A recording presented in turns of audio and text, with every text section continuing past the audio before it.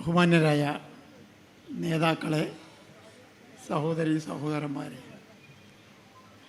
വളരെ ദീർഘിച്ചതും വിശദീകരിച്ചതുമായ ഒരു പ്രസംഗം ഇനി ആവശ്യമില്ല. നമ്മൾ കേൾക്കേണ്ടതായ മുഴുവൻ കാര്യങ്ങളും സഖാവ് പിണറായി വിജയരാഘവൻ സഖാവ് ഇവിടെ പറഞ്ഞു കഴിഞ്ഞു. ഈ പറഞ്ഞതിൽ നിന്നൊക്കെ എന്താണ് ഇത്രയും പറയിപ്പിക്കാനിടയായ കാരണം? നമ്മുടെ നാട്ടുകാർ കഷ്ടപ്പെട്ട് മുദ്രാവാക്യം വിളിച്ച് പ്രവർത്തിച്ച് വിജയിച്ച് അസംബ്ലിയിലേക്ക് അയച്ച നമ്മുടെ MLA ഒരു ദിവസം രാവിലെ അപ്പുറത്ത് അതുണ്ടാക്കിയ ഒരു മനപ്രയാസമാണ് ഇങ്ങനെ സംസാരിക്കാൻ ഇടവന്നത്. ഒരു ന്യായമായ ഒരൊറ്റ കാര്യം ഇങ്ങനെ പോകാനിടയാക്കിയ കാര്യം പറഞ്ഞില്ല. എന്താണ് ഇദ്ദേഹത്തിൻ്റെ ഉദ്ദേശം? ഞാൻ മനസ്സിലാക്കിയത് ഒരൊറ്റ കാര്യമേ ഉള്ളൂ. കേരളത്തിൻ്റെ ചരിത്രത്തിൽ അത്ഭുതകരമായ ഒരു രാഷ്ട്രീയ മാറ്റമാണ് കഴിഞ്ഞ 10 കൊല്ലമായിട്ടുണ്ടായത്.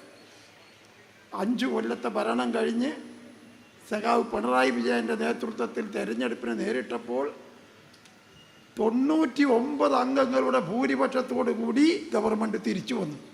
99 നമ്മൾ. അതിൽ 50 മാത്രമേ പോയുള്ളൂ. ഇപ്പോൾ 98 ഇപ്പോഴും ഉണ്ട്.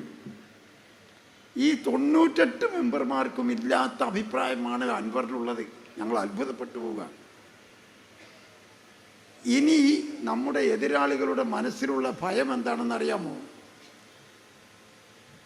ഒരു കൊല്ലം കഴിഞ്ഞാൽ തെരഞ്ഞെടുപ്പ് വരും. ഇടതുപക്ഷ മുന്നണി അതിശക്തമായ ഭൂരിപക്ഷത്തോടു കൂടി തിരിച്ചു വരും. അതാണ് പേടി. അതെന്താണ് കാരണം?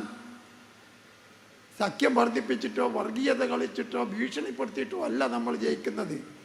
ജനങ്ങളുടെ വികാര വിചാരങ്ങൾ മനസ്സിലാക്കി അങ്ങേയറ്റം വരെ അവർക്ക് സഹായകരമായ നിലപാട് സ്വീകരിച്ചു. ഈ 10 കൊല്ലത്തെ ഭരണത്തിനിടയ്ക്ക് 4.5 ലക്ഷം പാവപ്പെട്ടവന് വീടില്ലാത്തവന് വീട് കെട്ടിക്കൊടുത്തു. 5 ലക്ഷം ആളുകൾക്ക് ഭൂമിക്ക് പട്ടയം കൊടുത്തു. ഇതിലൊന്നും അൻവറിന് ആക്ഷേപമില്ലല്ലോ. പട്ടയം കൊടുത്ത് പോരാന്ന് അദ്ദേഹം പറഞ്ഞു. ഭൂമി പതിച്ചു കൊടുത്തത് ശരിയായില്ല എന്ന് പറഞ്ഞു. ഈ നിലമ്പൂർ മണ്ഡലത്തിൽ തന്നെ ആദിവാസികൾക്ക് ഇപ്പതാ വീട് കെട്ടിക്കൊടുക്കുന്നു, സ്ഥലം പതിച്ചു കൊടുക്കുന്നു. അങ്ങനെ ദുർബല ജനവിഭാഗങ്ങൾക്കും പിന്നോക്കം നിൽക്കുന്ന ആളുകളെയും പൊന്തിക്കുന്നതിന് വേണ്ടി ഇന്ന് വരെ ഉണ്ടായിട്ടില്ലാത്ത പ്രവർത്തനങ്ങളാണ് സഖാവ് പിണറായി വിജയൻ ചെയ്തു വന്നത്. നമ്മളെ സ്കൂളുകളിലൊക്കെ പാസ് കണ്ടിട്ടില്ല നിങ്ങൾ? 99% വിദ്യാർത്ഥികളാണ് ജയിക്കുന്നത്. അതും ഓരോ കുട്ടിക്കും 98% മാർക്കാണ് കിട്ടുന്നത്.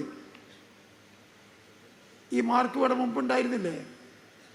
ഈ സ്കൂളുകൾ ഉണ്ടായിരുന്നില്ലേ? അത് പിണറായി വിജയൻ്റെ ബുദ്ധിപരമായ പ്രവർത്തനം കൊണ്ട് വിദ്യാഭ്യാസ രംഗത്ത് അത്ഭുതകമായ മാറ്റമുണ്ടാക്കാൻ പ്രവർത്തിച്ചു. സംവിധാനങ്ങൾ ഏർപ്പെടുത്തി, കെട്ടിടങ്ങളൊക്കെ പുതുക്കി പണിതു, ചോർച്ച അവസാനിപ്പിച്ചു. ഒരിക്കലും ബുദ്ധിമുട്ടില്ലാത്ത വിധത്തിൽ എല്ലാ ക്ലാസ്സുകളും പഠിപ്പിക്കാൻ അധ്യാപകരെ നിയമിച്ചു. ശാസ്ത്ര സാങ്കേതിക വിദ്യ കുട്ടികളെ പഠിപ്പിക്കുന്നതിന് വേണ്ടി സിലബസിൽ ഉൾപ്പെടുത്തി. ഈ 10-9 കൊല്ലത്തിനിടയ്ക്ക് സ്കൂൾ ആരംഭിക്കുമ്പോൾ പുസ്തകം കിട്ടിയിട്ടില്ല എന്നൊരാക്ഷേപം ആരെങ്കിലും പറഞ്ഞോ? എവിടെങ്കിലും ഉണ്ടായ ഒരാക്ഷേപം? അങ്ങനെ ആയിരുന്നു ഉമ്മൻചാണ്ടിയുടെ ഭരണകാലത്ത്. ഞാനതൊന്നും ഇപ്പോൾ പറയുന്നില്ല. നമ്മുടെ ജീവിതത്തിലെ അങ്ങേയറ്റം വരെ എല്ലാം ഹൃദയസ്പർശിയായ ബന്ധമാണ് അദ്ദേഹം സ്ഥാപിച്ചത്. നമ്മുടെ ഏത് സമയത്തും ദൗർബല്യങ്ങൾ വരുമ്പോൾ പട്ടിണി കിടക്കുന്ന സ്ഥിതി കേരളത്തിൽ ഉണ്ടായിട്ടില്ലല്ലോ. സിവിൽ സപ്ലൈസ് മുഖേന അരി വിതരണം സുന്ദരമായി നടക്കുന്നില്ലേ? എവിടെയെങ്കിലും അരി കിട്ടിയിട്ടില്ല എന്നുള്ള ആക്ഷേപമില്ലല്ലോ. ഇങ്ങനെ ഓരോ വിഷയങ്ങളും എടുത്ത് പരിശോധിച്ച് നോക്കൂ. ഇതിലൊന്നും അദ്ദേഹത്തിന് ആക്ഷേപമില്ല. അദ്ദേഹം പറഞ്ഞ ആഭ്യന്തര പോലീസ് ഭരണം തകർന്നിരിക്കുന്നു എന്നാ. നിങ്ങൾ ആലോചിച്ച് നോക്ക്. ഇന്നലെ പോലും മിഞ്ഞാന്ന് രാത്രി നമ്മുടെ സാഹിത്യകാരനായ MT വാസുദേവൻ നായരെ വീട്ടിൽ നിന്ന് 30 പവൻ കളവ് പോയി. മിഞ്ഞാന്ന് രാത്രി, ഇന്നലെ 12 മണിയാവുന്നതിന് മുമ്പ് ആ 2 പ്രതികളെയും പിടിച്ചു, 30 പവനും എടുത്തെഴുതു, പോലീസ് സ്റ്റേഷനിൽ എത്തിച്ചു. തൃശ്ശൂർ വന്നിട്ട് വടക്കേ ഇന്ത്യക്കാർ ബാങ്കിൻ്റെ ATM ഖജനാവ് കുത്തിപ്പൊളിച്ച് കട്ട് പണവുമായിട്ട് പോയി. 24 മണിക്കൂർ കൊണ്ട് അറസ്റ്റ് ചെയ്ത് കോടതിയിൽ ഹാജരാക്കി. ഫോട്ടം കാണണോ? ഇതാ ഈ 5 കള്ളന്മാരെയും പിടിച്ചു കൊടുത്തു, 5 എണ്ണം. ഏത് വിധത്തിലാണ് പിടിക്കാത്തത്? ആഭ്യന്തര ഭരണത്തിന് എന്താ ഇവിടെ കുഴപ്പം? അൻവർ കണ്ട ഒരൊറ്റ കുഴപ്പം മാത്രമേ ഉള്ളൂ. അതെന്താണെന്നറിയോ? കള്ളക്കടത്ത് പൊന്നുകടത്തുകാരെ പിടിക്കണ്ടേ? അദ്ദേഹം TV ചാനലിൽ പ്രദർശിപ്പിച്ചുകൊണ്ട് ഒരു ഓഡിയോ കാണിച്ചു. ഒരു കാരിയറിൻ്റെ ഫോട്ടോ, ഒരാൾ ഇരിക്കുന്നു ഒരു കുട്ടിയായിട്ട്. കാരിയറെ കയ്യിൽ നിന്ന് പോലീസ് പണ്ടം പിടിച്ചുകൊണ്ടേയി, ആ സ്വർണം പിടിച്ചുകൊണ്ടേയി, തിരിച്ചു കൊടുത്തില്ല എന്നാണ് പറയുന്നത്. അപ്പം കാരിയർക്ക് തിരിച്ചു കൊടുക്കണമെന്നാണോ അൻവറിൻ്റെ വാദം? കൊണ്ടുവന്ന കള്ളന് തിരിച്ചു കൊടുത്താൽ അത് പിന്നെ അൻവറിൻ്റെ വീട്ടിലെത്തും എന്നല്ലേ എൻ്റെ അർത്ഥം? നിങ്ങൾ ആലോചിച്ച് നോക്കി. ബഹുമാനപ്പെട്ട മുഖ്യമന്ത്രി മിഞ്ഞാന്ന് പറഞ്ഞു, 5 കൊല്ലം കൊണ്ട് 150 കിലോ സ്വർണവും 123 കോടി ഉറുപ്പിക ഹവാല പണവും നമ്മുടെ ഈ കോഴിക്കോട് വിമാനത്താവളം വഴി വന്നു. കോഴിക്കോട് എന്ന് പേര് മാത്രമുള്ള വിമാനത്താവളം മലപ്പുറത്താണ്. അതുകൊണ്ട് മലപ്പുറത്താണ് ഈ കള്ളന്മാർ ഇത് പറഞ്ഞു പോയി. അപ്പുറത്തിന് ഈ കയറി ചാടി. മലപ്പുറം എന്ന് പറഞ്ഞാൽ ഇവൻ്റെ മൂത്താപ്പാൻ്റെ സമ്പത്താണോ മലപ്പുറം? മലപ്പുറം തന്നെ ജില്ല ഉണ്ടാക്കിയത് EMS ഇപ്പോൾ സഖാവ് പറഞ്ഞ ഞങ്ങൾ കേട്ടില്ലേ? മലപ്പുറം എന്ന് പറയുമ്പോഴത്തേന് ഇവർക്ക് എന്തോ പറ്റിയ മാതിരി, ഇവരെ തറവാട്ട് സ്വത്തിൻ്റെ മാതിരി. അപ്പം അതിൽ തന്നെ ഉണ്ടാകുന്ന ആ വികാരം നമുക്ക് സ്വീകരിക്കാൻ പറ്റുമോ? കോഴിക്കോട് വിമാനത്താവളം മലപ്പുറത്താണ്, മലപ്പുറം ജില്ലയിലാണ്. ആ ജില്ല വഴിക്കാണ് 150 കിലോ സ്വർണ്ണം 5 കൊല്ലം കൊണ്ട് കൊണ്ടുവന്നത്. ഇന്നലെ ഒരാൾ സ്വർണം കട്ടുകിടത്തി കൊണ്ടുവന്നിട്ടുള്ള അതിൻ്റെ ഫോട്ടോ എൻ്റെ മൊബൈലിലുണ്ട്. ഞാൻ അപ്പോൾ ചിത്രീകരിച്ച് കാണിച്ചു തരാൻ മടിക്കിടന്നില്ല. 60 ലക്ഷം ഉറുപ്പിക വില വരുന്ന 1677 ഗ്രാം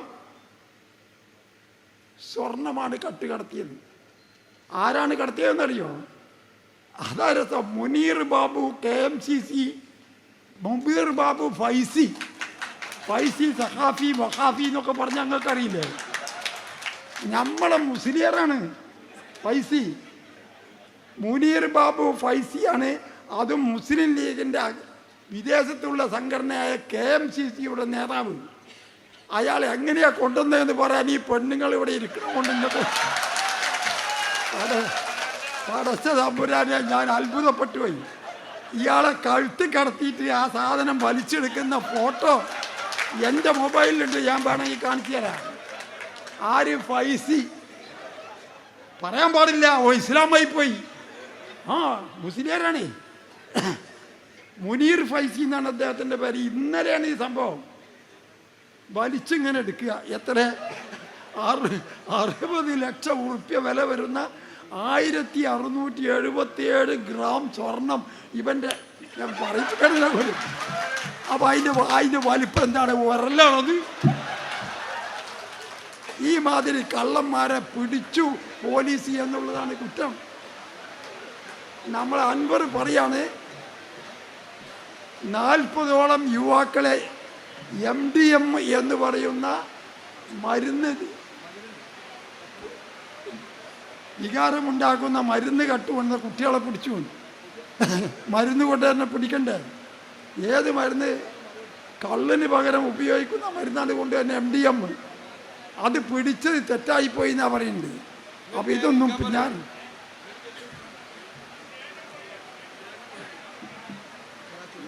വേണ്ട. അപ്പോൾ ഇതൊന്നും ഞാൻ വിശദീകരിച്ച് പറയുന്നില്ല, മടിയും വന്നതുകൊണ്ട്. അത്ഭുതകരമായ ഒരു സംഭവമാണിത്. അദ്ദേഹം നമ്മുടെ ജില്ലാ സെക്രട്ടറി ഇ എൻ മോഹൻദാസിനെ പറ്റി പറയാണ്, നിസ്കരിക്കാൻ സമ്മതിച്ചില്ല. ഇവൻ ആരാ? ശേഖത്തുള്ളേ. നിസ്കാരം എന്താണെന്ന് അറിയോ ഇയാൾക്ക്? നിസ്കരിക്കാൻ സമ്മതിച്ചില്ല നമ്മുടെ സെക്രട്ടറി. ഞാൻ ചോദിക്കട്ടെ, 42 കൊല്ലമായി കമ്മ്യൂണിസ്റ്റ് പാർട്ടിയുടെ അനുഭാവിയായി തുടങ്ങി മെമ്പറായി സംസ്ഥാന കമ്മിറ്റി അംഗമായി ഞാൻ നിൽക്കുന്നു. 1982 ഞാൻ പാർട്ടി മെമ്പർഷിപ്പ് എടുക്കുന്നത്. 87 പാർട്ടി എന്നെ മന്ത്രിയാക്കിയത്.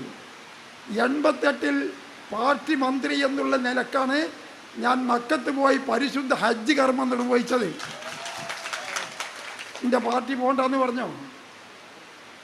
അങ്ങനെ കഴിഞ്ഞ 10-40 കൊല്ലത്തിനിടയ്ക്ക് പല സന്ദർഭങ്ങളിലായി 9 പ്രാവശ്യം ഉംറ കഴിച്ച മെമ്പറാണ് ഞാൻ പാർട്ടിയിൽ. ഉംറ പാടില്ല എന്ന് പറഞ്ഞോ പാർട്ടി? അൻവറിന് നിൽക്കാറ് കണ്ടപ്പോഴത്തിന് മോഹൻദാസിന് ബേജാറായി.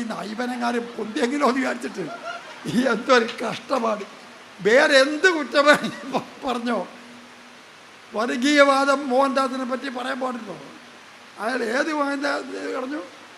ഇനി അതുമല്ല, എവിടുന്നാണ് മോഹൻ പറഞ്ഞത്? പാർട്ടി ഓഫീസിൽ, ജില്ലാ കമ്മിറ്റി ഓഫീസിൽ അൻവർ വരാറില്ല.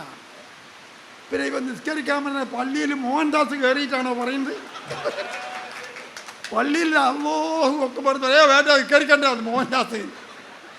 അൻവറെ, വിവരല്ലെങ്കിൽ ഇല്ല എന്നുള്ള ബോധമെങ്കിലും വേണം. ഈ തരത്തിൽ ആളുകളെ കളിയാക്കണം, ഈ തരത്തിൽ അപമാനിക്കരുത് ജനങ്ങളെ.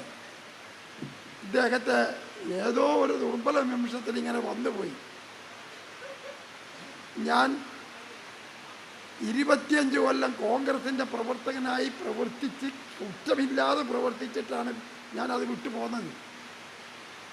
യൂത്ത് കോൺഗ്രസിൻ്റെ ജില്ലാ സെക്രട്ടറി ആയിരുന്നു, KSUവിൻ്റെ ജില്ലാ പ്രസിഡൻ്റായിരുന്നു, INTUCയുടെ താലൂക്ക് വൈസ് പ്രസിഡൻ്റായിരുന്നു. 18 കൊല്ലം KPCC മെമ്പറാണ് ഞാൻ. 4 കൊല്ലം DCC പ്രസിഡൻ്റാണ്. എന്തെങ്കിലും ഒരു കുറ്റം പറയാനുണ്ടോ പാർട്ടിക്ക്? ഞാൻ പോന്നിട്ട് എന്നെ പുറത്താക്കിയെന്ന് കോൺഗ്രസ് പറഞ്ഞിക്കണോ? ഞാൻ രാജിവെച്ചു എന്ന് പറഞ്ഞിക്കണോ? അപ്പം നിങ്ങൾ വിചാരിക്കും ഇപ്പോൾ വേണമെങ്കിൽ ആണ് കയറാമെന്ന്. ഞാൻ എന്നെ പുറത്താക്കിയിട്ടില്ല. അങ്ങനെയാണ് ഇത്. ഈ അൻവർ ഇവിടെ മെമ്പർഷിപ്പ് ഇവിടെ മത്സരിക്കുന്നതിന് മുമ്പ് ഏത് പ്രവർത്തനമാണ് നടത്തിയത്? ഏത് പാർട്ടിയിലാണ് ഉണ്ടായിരുന്നത്? അതൊന്നും പിന്നെ കൊണ്ട് പറയിക്കേണ്ട. വേറെ ദുഃഖകരമായ പല സംഗതിയും പറയാനുണ്ട്. അതൊരു അബദ്ധം പറ്റി എന്ന് വേണമെങ്കിൽ പറയാം. റിയൽ എസ്റ്റേറ്റ് കച്ചവടം, കള്ളക്കടത്തുകാരെ സഹായിക്കുന്ന ഏർപ്പാട് പിടിക്കാൻ പാടില്ല എന്നല്ല ഇപ്പോഴും പറയുന്നത് പോലീസിനോട്. പിടിക്കാൻ പാടില്ല എന്ന് പറഞ്ഞാൽ അതിനെ സഹായിക്കുക. മുക്കത്ത് ഒരു ക്വാറി സ്വന്തമായിട്ടുണ്ടെന്ന് പറഞ്ഞ് വിശ്വസിപ്പിച്ച് പാണക്കാട്ട് തങ്ങളെ 3ാമത്തെ പരയിൽ താമസിക്കുന്ന ഒരാളോട് 15 ലക്ഷം ഉറുപ്പിക വാങ്ങി. ആ ഉറുപ്പിക കൊടുത്തതിന് രസീതി അദ്ദേഹത്തിൻ്റെ കയ്യിലുണ്ടായിരുന്നു. മുക്കത്ത് ഇയാൾക്ക് ക്വാറി ഇല്ല എന്ന് പിന്നെ ഇയാൾ മനസ്സിലാക്കി. ക്വാറിയിൽ മെമ്പർഷിപ്പും കൊടുത്തില്ല, പണം തിരിച്ചും കൊടുത്തില്ല. അയാൾ കേസ് കൊടുക്കാൻ വക്കീൽ എന്നുള്ള നിലക്കാണ് എൻ്റെ അടുത്ത് വന്നത്. അപ്പം ഞാൻ പറഞ്ഞു, ഞാനിപ്പോൾ കോടതിയിൽ പോകാറില്ല, ഞാൻ മതിയാക്കി ഞാൻ വേറൊരു വക്കീലിനെ ഏൽപ്പിച്ചു കൊടുത്തു. ആ വക്കീൽ മുഖേന മലപ്പുറം മഞ്ചേരി കോടതിയിൽ കൊടുത്ത കേസ് ഇപ്പോഴും തീരുമാനമായിട്ടില്ല. ഇതായിരുന്നു ഇദ്ദേഹത്തിൻ്റെ അന്നത്തെ പണി. ഈ പണിയിക്കുന്ന ആളാണ് നമ്മളെ അഴിമതി പറയുന്നത്. ആഭ്യന്തര വകുപ്പ് പോലീസ് തകർന്നു എന്ന് പറയുന്നത്. പോലീസിൽ തെറ്റ് ചെയ്തവരുണ്ടാവും. അതിന് മുഴുവൻ പോലീസുകാരെയും പറയുകയാണ് 24 മണിക്കൂർ കൊണ്ടാണ് ഇപ്പോൾ പിടിക്കണത്. ഞാൻ ചോദിക്കട്ടെ, കേരളത്തിൽ എവിടെയെങ്കിലും ഒരു വർഗീയ കലാപം ഉണ്ടായോ? ബേപ്പൂർ മണ്ഡലത്തിലല്ലേ വലിയ അത്ഭുതകരമായ കലാപം ഉണ്ടായത്. പാലക്കാട് പട്ടണത്തിനകത്ത് വർഗീയ കലാപം ഉണ്ടായല്ലോ കോൺഗ്രസ്സുകാർ ഭരിക്കുന്ന കാലത്ത്. ലീഗും കോൺഗ്രസും ഭരിക്കുമ്പോൾ ബേപ്പൂരുണ്ടായി, അവിടെ ഉണ്ടായി, തിരുവനന്തപുരത്തുണ്ടായി. ഈ 9 കൊല്ലത്തിനിടയ്ക്ക് ഏതെങ്കിലും ഒരു വാർഡിൽ 2 സമുദായങ്ങൾ തമ്മിൽ സംഘർഷമുണ്ടായോ? തുടങ്ങി അവിടെ അടിച്ച് ശരിയാക്കി കളയും. ഇത്ര സമാധാനപരമായ ഒരു അന്തരീക്ഷത്തിൽ ജീവിക്കാൻ പിണറായി വിജയൻ്റെ ഈ 10 കൊല്ലക്കാലം നമുക്ക് സാധിച്ചില്ലേ? എന്ത് ക്രമസമാധാനം തകർന്നു എന്ന അൻവർ പറയുന്നത്? എവിടെയാണ് അഴിമതി? ഒരു ഒറ്റ കള്ളത്തരം കാണിച്ചു തരാൻ സാധിക്കുമോ? നിസ്കരിക്കാൻ സാധിച്ചില്ല എന്നുള്ളൊരു വല്ലാത്തൊരു ബേജാറ് മൂപ്പർക്ക്. ആ ജാതി കള്ളത്തരം പറഞ്ഞ് ഇവിടെ മതവികാരം ഉണ്ടാക്കാനാണ് ഈ നിസ്കരിക്കാൻ കഴിയുന്നില്ല, അതിന് പാർട്ടി അനുവദിച്ചില്ല, ഇതൊക്കെ പറയുന്നത്. ഇങ്ങനെ മതത്തെ കൊണ്ട് കച്ചവടം ചെയ്തിട്ട് കമ്മ്യൂണിസ്റ്റ് പാർട്ടിയെ ഒറ്റപ്പെടുത്താമെന്നല്ലേ നിങ്ങളെ വിചാരം? മതവർഗീയ വികാരം ഇളക്കി വിട്ട് മനുഷ്യർ തമ്മിൽ അടുപ്പിക്കുന്ന സമ്പ്രദായത്തെ അനുകൂലിക്കാൻ നിവൃത്തിയില്ല എന്നതല്ലേ കമ്മ്യൂണിസ്റ്റ് പാർട്ടിയുടെ നയം. അതിനെ തകർക്കാനാണ്. ഇപ്പം ഞാൻ തൃശ്ശൂർ BJPയുടെ സ്ഥാനാർത്ഥി ആദ്യമായിട്ട് ജയിച്ചു. കമ്മ്യൂണിസ്റ്റും BJPയുടെ ബന്ധം കൊണ്ടാണോ ജയിച്ചത്? അപ്പം നമ്മളെ വോട്ടല്ലേ കുറയണ്ടേ? നമ്മളെ സ്ഥാനാർത്ഥിക്ക് 16,600 വോട്ട് കൂടുതലാണ്. കോൺഗ്രസിലെ കരുണാകരൻ്റെ മകൻ മുരളീധരനെ വടകരയിൽ നിന്ന് ക്ഷണിച്ചു കൊണ്ടുവന്ന് ഉറച്ച സീറ്റാണ് പറഞ്ഞ് നിർത്തിച്ചു. അവിടുത്തെ DCCയുടെ പ്രസിഡൻ്റായിരുന്നു ആദ്യത്തെ സ്ഥാനാർത്ഥിയായി ജയിച്ച MP. അദ്ദേഹം പിന്നെ അനങ്ങിയിട്ടില്ല. വോട്ട് എണ്ണി നോക്കുമ്പോൾ 78,000 വോട്ട് കോൺഗ്രസിൻ്റെത് കാണാനില്ല, ആ BJPക്ക് അവിടുത്തെ. എന്നിട്ട് കുറ്റം ഞമ്മക്ക്. BJPനെ ജയിപ്പിച്ച നമ്മളെ തൃശ്ശൂർ പൂരം കലങ്ങിയതോ അത് തോന്നിവാസികൾ തെറ്റ് ചെയ്തിട്ടുണ്ടാവും. അത് നടപടിയെടുത്തതിൽ പോരായ്മ ഉണ്ട് എന്ന് കണ്ടാൽ ഞങ്ങൾ നടപടിയെടുത്തോളാം, അത് പാർട്ടി പറഞ്ഞിട്ടുണ്ട്. സഖാവ് വിജയരാഘവൻ വ്യക്തമായിട്ട് പറഞ്ഞു. ആ ADGPനെ നടപടിയെടുത്തില്ല എന്നാണ് ഇപ്പം എൻ്റെ ആക്ഷേപം. ADGP, DGP, collector, deputy collector, secretary ഇവരൊക്കെ IAS, IPS കാഡറിലുള്ളവരാണ്. അവരെ സംസ്ഥാന ഗവൺമെൻറ്റിന് നടപടിയെടുക്കാം. എങ്ങനെ വേണം? വിശദീകരണം ചോദിക്കണം. ആ വിശദീകരണം തൃപ്തിയല്ലെന്ന് കണ്ടാൽ അന്വേഷണം വെക്കണം. ഡിപ്പാർട്ട്മെൻ്റ് അന്വേഷണം. അതിൽ നിന്നും പൂർണ്ണമായിട്ട് ആ ഡിപ്പാർട്ട്മെൻറ്റ് അന്വേഷണം DGP നടത്തിയിട്ട് റിപ്പോർട്ട് കൊടുത്തു. ഇത് വിജിലൻസ് അന്വേഷണം വേണമെന്ന്. അതും ഓർഡറാക്കി കൊടുത്തു. വിജിലൻസ് അന്വേഷണം മിഞ്ഞാന്ന് രാവിലെ വന്നു. വൈകുന്നേരം 9 മണിയായപ്പോൾ തന്നെ ADGPയെ പറഞ്ഞയച്ചു. പോവാന്ന്. അത് മാത്രമാണ് അൻവറിൻ്റെ കേസെങ്കിൽ ADGP പോയല്ലോ. ഒന്നപ്പോൾ തിരിച്ചു വന്നപ്പോൾ ഇവിടെ കയറ്റണം. ഇവിടുന്ന് നേരെ വണ്ടി കയറി കോൺഗ്രസ് ചെന്നപ്പോൾ MM പറഞ്ഞു വളപ്പ് കടത്തില്ല എന്ന് പറഞ്ഞ് അവിടെ നാട്ടി വിട്ടു. പിന്നെ ലീഗുകാരനെ പിടിച്ചിട്ട് ഇവിടുത്തെ നമ്മുടെ ഇടക്കരെന്ന് പറഞ്ഞ ലീഗുകാരനെ കൊണ്ടൊരു പ്രസ്താവന കൊടുപ്പിച്ചു. പിറ്റേന്ന് കുഞ്ഞാലിക്കുട്ടി പറഞ്ഞു പ്രസ്താവന വരാൻ പറ്റേ, ഞമ്മക്കിപ്പോൾ വേണ്ട. അപ്പം ലീഗിനും വേണ്ട, കോൺഗ്രസിനും വേണ്ട, നമ്മളെ വിട്ടും ചെയ്തു. അപ്പോഴാണ് മേപ്പെട്ട് പൊന്തിയത് മദിരാശിക്ക്. പണ്ട് നമ്മളൊക്കെ നാട്ടിൽ വാടി വിട്ടുപോലും മദിരാശിക്കും പോപ്പായിക്കുവാണ്.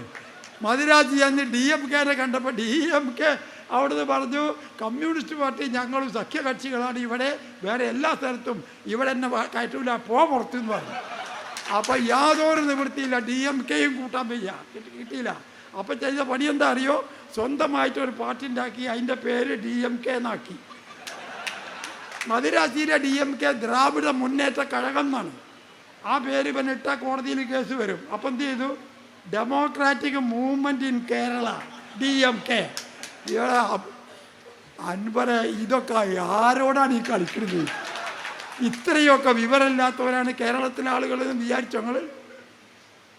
ഇതൊക്കെ നമ്മളെ കേരളത്തിലാണോ ഈ കളിക്കുന്നത്? ഇതിനെപ്പറ്റി ഒരു വിവരമില്ല. വിവരമില്ലാഞ്ഞിട്ടല്ല, കള്ളത്തരം കാണിക്കുക. ഇതൊന്നും അറിയാതെ അവിടെ ഒരു പരിപാടിക്ക് പോയി മടങ്ങി വരുമ്പോൾ എൻ്റെ സഹോദരി ആയിഷാത്താനെ ഒരു വിടക്ക് അവിടെ കയറ്റി ഒന്ന് കാണാൻ നമ്മളെ MLA കയറി കണ്ട ഉടനെ ഇവൻ്റെ ഈ കഥകളൊന്നും ആയിഷാത്താക്ക് അറിയില്ല. 2 കൊല്ലം കഴിഞ്ഞ അംസക്കാക്കും അറിയില്ല. ഞാനും ആയിഷാത്തിയും തമ്മിൽ 2 വയസ്സിൻ്റെ വ്യത്യാസമുള്ളൂ. എന്നെക്കാണ് 1.5 വയസ്സ് കൂടുതൽ, ഇത്രയേ ഉള്ളൂ. 1.5 കൊല്ലം കഴിഞ്ഞാൽ എൻ്റെ സ്ഥിതി അത് തന്നെയാണ്. അപ്പം ഇതൊന്നും അറിയാത്ത ആയിഷാത്ത് അവിടെ കയറുമ്പോൾ അൻവർ വന്നിട്ട് കെട്ടിപ്പിടിച്ചിട്ട് നിങ്ങൾ എൻ്റെ കൂടെ നിൽക്കൂലേ? അപ്പം നമ്മൾ MLA അല്ലേ? നിൽക്കും. ഉടനെ അത് ഫോട്ടോ എടുത്തു. പറഞ്ഞ് നമ്മൾ MLA അല്ലേ, എൻ്റെ കൂടെ നിൽക്കും, മറ്റൊന്നും അറിയില്ല, എൻ്റെ കൂടെ നിൽക്കും. നിൽക്കും. ഉടനെ അത് ഫോട്ടോ എടുത്തിട്ട് പത്രത്തിൽ ആയിഷാത്തെയും അൻവറിൻ്റെ കൂടെ TK ഹംസ എൻ്റെ കൂടെ എന്ന് പറയാഞ്ഞത് എൻ്റെ ഭാഗ്യമായി. ഇങ്ങനെ ഒരു നാടകം കളി ഞാൻ കണ്ടിട്ടില്ല. നാടകത്തിൽ ബഫൂൺ കളിയല്ലേ കളിക്കുന്നതൊക്കെ. ഇതല്ല ശരി. ഞാൻ നിങ്ങളോട് ചോദിക്കട്ടെ, ഇത് തമാശയൊക്കെ വിട്. ഒരു മണ്ഡലത്തിൻ്റെ MLA ആയി നിയമസഭയിലേക്ക് പാർട്ടി അയച്ചാൽ ഒരു ഗതിയില്ലാതെ എത്തുംപിടിയില്ലാതെ വന്നിട്ടല്ലേ സഹായിച്ചത്? DSC പ്രസിഡൻ്റായ എന്നെ കാലുവാരി ചവിട്ടി പുറത്താക്കിയപ്പോഴാണ് ഞാൻ നിലമ്പൂരിൽ വന്നത്. ഞാൻ പ്രതിഷേധ സൂചകമായിട്ടാണ് നോമിനേഷൻ കൊടുത്തത്.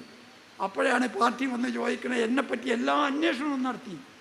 എന്നിട്ട് MP രാഘവനെ പാർട്ടി നിർദ്ദേശിച്ചു. പാർട്ടി വന്നിട്ട് എന്നോട് ചോദിക്കുകയാണ്, നിങ്ങൾ ഉറച്ചു നിൽക്കും, തിരിച്ചു പോകില്ല, എവിടെ ചേരും അതിപ്പോൾ പറയാൻ പറ്റില്ല, ഞങ്ങൾ തിരിച്ചു പോകില്ല എന്ന് ഉറപ്പുണ്ടെങ്കിൽ ഞങ്ങൾ പിന്തുണ തരും. പോകില്ല ഉറപ്പാണെന്ന് പറഞ്ഞു. അങ്ങനെയാണ് നിലമ്പൂർ TV-യിൽ വെച്ച് സഖാവ് MP രാഘവൻ പ്രതിനിധീകരിച്ച് പാർട്ടിയുടെ പ്രതിനിധിയായി വന്ന് എന്നെ പിന്തുണച്ചത്. ആ നിമിഷം മുതൽ ഇന്ന് വരെ എല്ലാ ശക്തിയും ഉപയോഗിച്ച് ഞാൻ പോരാടുന്നുണ്ട്.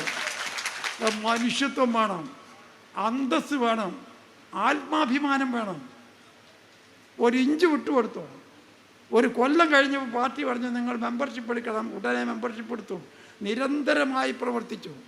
Manjeri local committee, area committee, Malappuram ജില്ലാ കമ്മിറ്റി, മലപ്പുറം ജില്ലാ സെക്രട്ടേറിയറ്റ്, പിന്നെ സംസ്ഥാന കമ്മിറ്റി വരെ ഈ പാർട്ടി എത്തിച്ചു.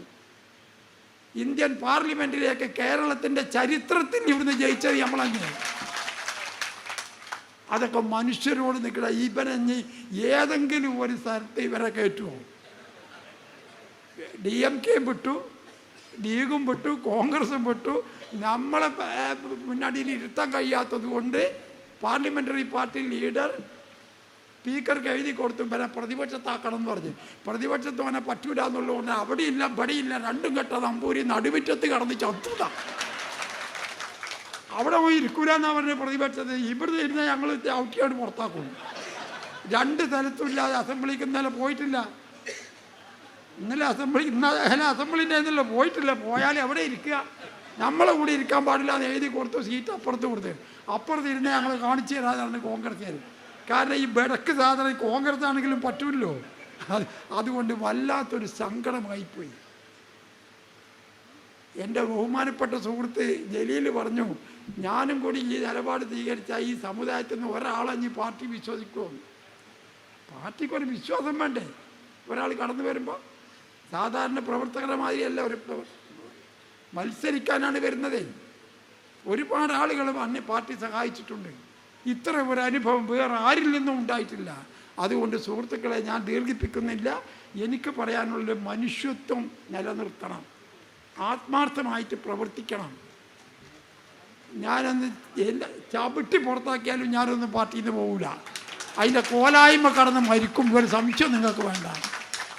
കാരണം ഒരു കൊല്ലം മുമ്പ് വരെയും എന്നെ പാർട്ടി ഓരോ സ്ഥാനം തന്നിട്ടുണ്ട്, ഇനിയും തരാൻ തയ്യാറാണ്. പക്ഷേ എനിക്ക് വലിയ ആരോഗ്യമില്ലാത്തത് കൊണ്ടാണ്. ജോലിക്ക് തരുന്ന എന്തുകൊണ്ടാണ്? വിശ്വസ്തനായി പ്രവർത്തിക്കും എന്നതുകൊണ്ടാണ്. ഈ 42 കൊല്ലം പാർട്ടിയിൽ നിന്ന് ഈ സ്ഥാനങ്ങളൊക്കെ വഹിച്ചിട്ട് 25 പൈസയുടെ അഴിമതി പറയാൻ സാധിച്ചിട്ടുണ്ടോ നമ്മളെ പറ്റി? ഇതൊരു ചെറിയ സ്ഥാനത്തെത്തിയപ്പോഴത്തിന് കോറി പണയം വെച്ച് 15 ലക്ഷം ഉറുപ്പിക പാണക്കാട്ടിൽ നിന്ന് വാങ്ങിയ കേസ് കോടതിയിലുണ്ട്. എൻ്റെ പേരിൽ നോട്ടീസൊന്നും വരില്ല, എനിക്ക് ഉറപ്പാണ്. എനിക്ക് ആ കേസറിയാം. കേസ് വിധി പറഞ്ഞിട്ടില്ല. ഈ ജാതി കള്ളത്തരം ചെയ്യുന്ന ആളുകളെ എന്ത് ചെയ്യാനാ വന്നു പോയി. ഇനി സൂക്ഷിച്ച് കൈകാര്യം ചെയ്യണമെന്ന് ഞങ്ങൾക്കും ബോധ്യമായി. അതുകൊണ്ട് ഞാൻ ഒന്നും പറയുന്നില്ല. പറഞ്ഞിടത്തോളം കാര്യങ്ങൾ തന്നെയാണ് പറയാനുള്ളത്. അത് ഈ തരത്തിലുള്ള ആളുകൾ രാഷ്ട്രീയത്തിന് ഒരു അപമാനമാണ് എന്ന് മാത്രമേ ഞാൻ പറയുന്നുള്ളൂ. ഇവിടെ പിന്നെ ശശിക്കെതിരെ, ശശി 5 കൊല്ലം ഞാൻ മന്ത്രിയായിരുന്ന കാലത്ത് എൻ്റെ സെക്രട്ടറി ആയിരുന്നു. 5 കൊല്ലം നായനാർ മുഖ്യമന്ത്രിയാകുമ്പോൾ അദ്ദേഹത്തിൻ്റെ പ്രൈവറ്റ് സെക്രട്ടറിയാണ്. ഇപ്പോൾ 10 കൊല്ലം പിണറായി വിജയൻ്റെ കൂടെ 20 കൊല്ലം പ്രൈവറ്റ് സെക്രട്ടറിയായി പ്രവർത്തിച്ച ശശി, പാർട്ടിയുടെ സംസ്ഥാന കമ്മിറ്റിയിലും ജില്ലാ സെക്രട്ടറിയുമായി പ്രവർത്തിച്ച ശശി എന്ത് ചെയ്തു എന്നാണ് ഇവൻ പറയുന്നത്? ശശി കള്ളനാണ്, ശശി കള്ളനാണെന്ന് പറഞ്ഞാൽ മതിയോ?